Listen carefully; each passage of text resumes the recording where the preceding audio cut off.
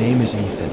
That night, amidst the storm that seemed to swallow the sky, I stood waiting at a decaying station where the flickering yellow lights gasped like a dying man's breath.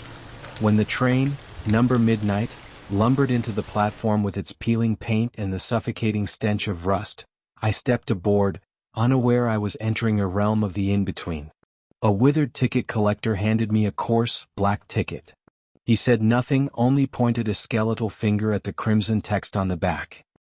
He signaled that I must memorize every word before the train departed. And these are the words I etched into my very soul. Rule 1.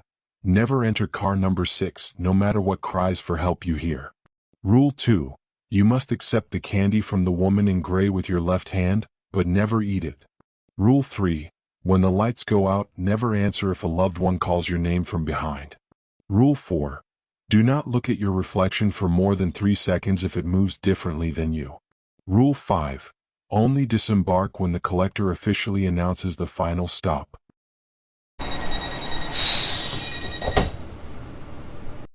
I picked a seat in the middle of the carriage, directly beneath a fluorescent light that emitted an endless, buzzing hiss.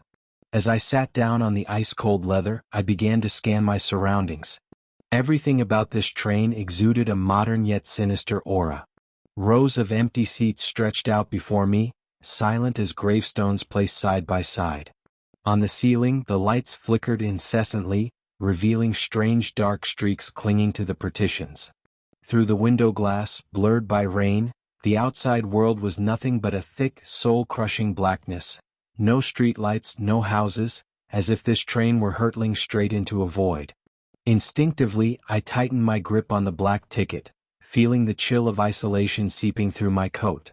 Everything seemed to be holding its breath, waiting for something to happen.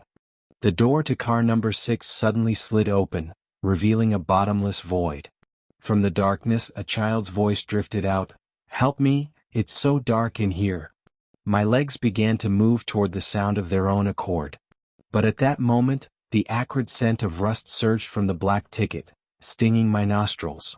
The image of the collector's gaunt hand flashed in my mind. He had emphasized, "Don't let kindness kill you in car 6. I froze.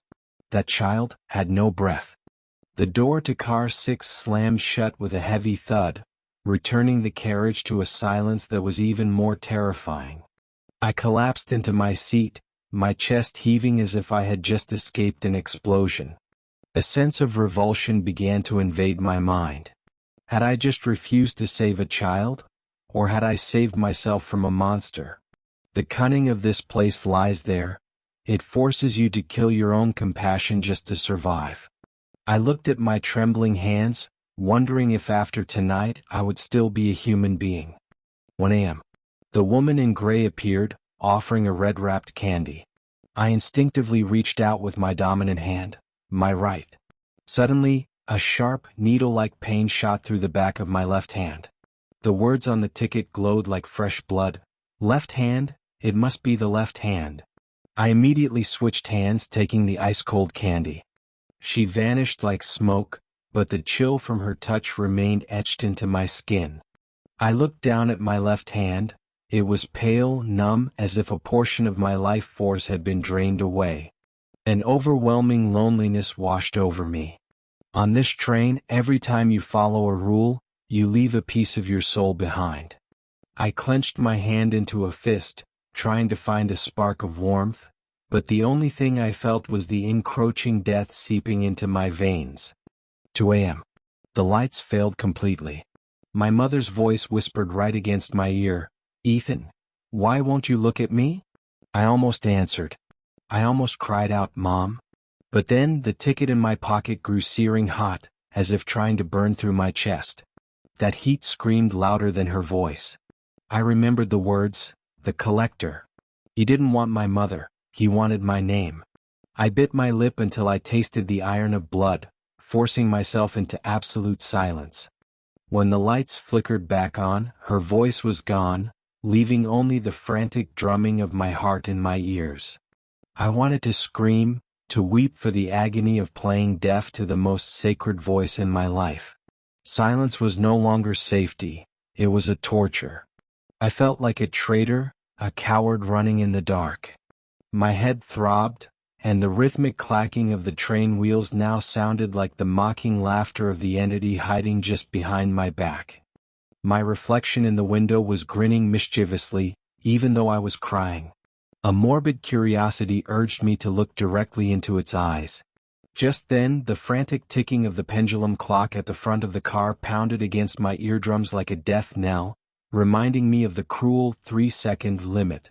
I buried my head in my lap, refusing to look for a single second more. I didn't dare open my eyes right away. A terrifying sense of disorientation surrounded me. Who am I? Am I the man sitting here, or am I the shadow grinning with such malice?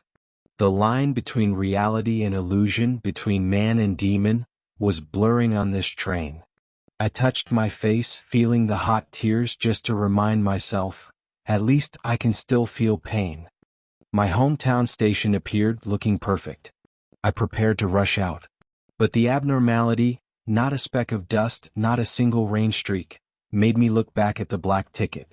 The rules had vanished, replaced by the image of the collector's pale, grim smile.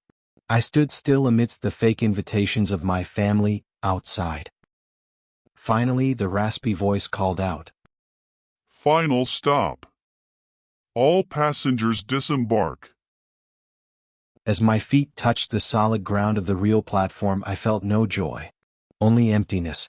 The train vanished into the void. I opened my palm.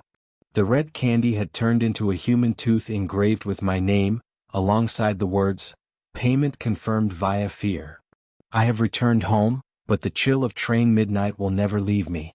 I walk into the morning mist, knowing I survived, but the price may have been more expensive than death itself.